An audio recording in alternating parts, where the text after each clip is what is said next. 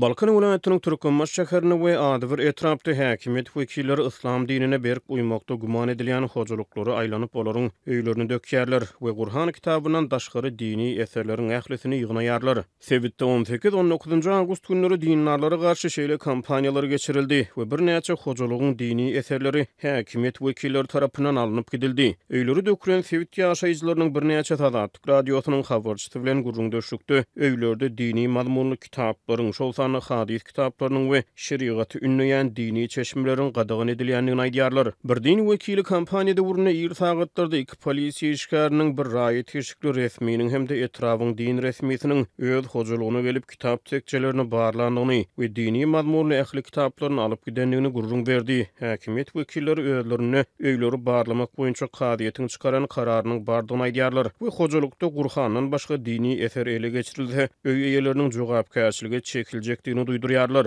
Din resmisi we hukuk goraýjylar ähli dini mazmunly kitaplarymı çykarmagy soradylar. Menem bar bolan ähli kitaplarymı çykaryp ýaglygyň üstünde goýdum.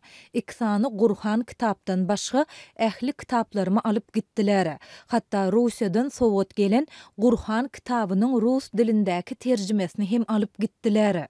Diýip bir dinlar Adatlyk radiosynyň habarçysyna gurrun berdi. Redaksiýa dini wekiliniň şahsy maglumatlaryny ýan etmekden saklanýar. Habarçymyz bilen gurrundaş bolan bir näçe dinlar soňky wagtlarda hususan dine uýan ýaş raýatlaryň soragy çekilýändigini, olaryň ýyzarlanýanyny aýdýarlar. Häkimet wekilleri dinlarlara garşy soňky hepdelerde güýçlendiren kampaniýalarynyň çägini ýan bir näçe adamy soragy çekipdir. Olaryň gurrun bermegine görä dinlarlar arab elipini bilýän we bilmeýän adamlar hökmünde iki topara bölünýär. Ýa-ni ýakyna namaz okumaga başlanan adamlar, aýratyna ýaş raýatlar polisiýa barlyklaryny üns merkezine çekilýär. Türkmen häkimetleriniň dindarlara garşy gaýtadan güýçlendirýän basyşlarynyň anyk sebäbi aýdylmaýar. Ýöne geçen hepdeniň dowamynda Milli Howpsuzlyk ministrliginiň işgärleri Balkanabaş şäheriniň dolandyryş tabynlygyna Gumdag şäherçesine 50 töweregi mektep okuwçysyna din sapaklaryny berýän bir ýaşly mollany ele salypdyr. Türkmenistanyň hökümeti raýatlaryň esasy azatlyklaryny, şol sany din wujdan azatlygyny çäklendirmekde tanqid edilýär.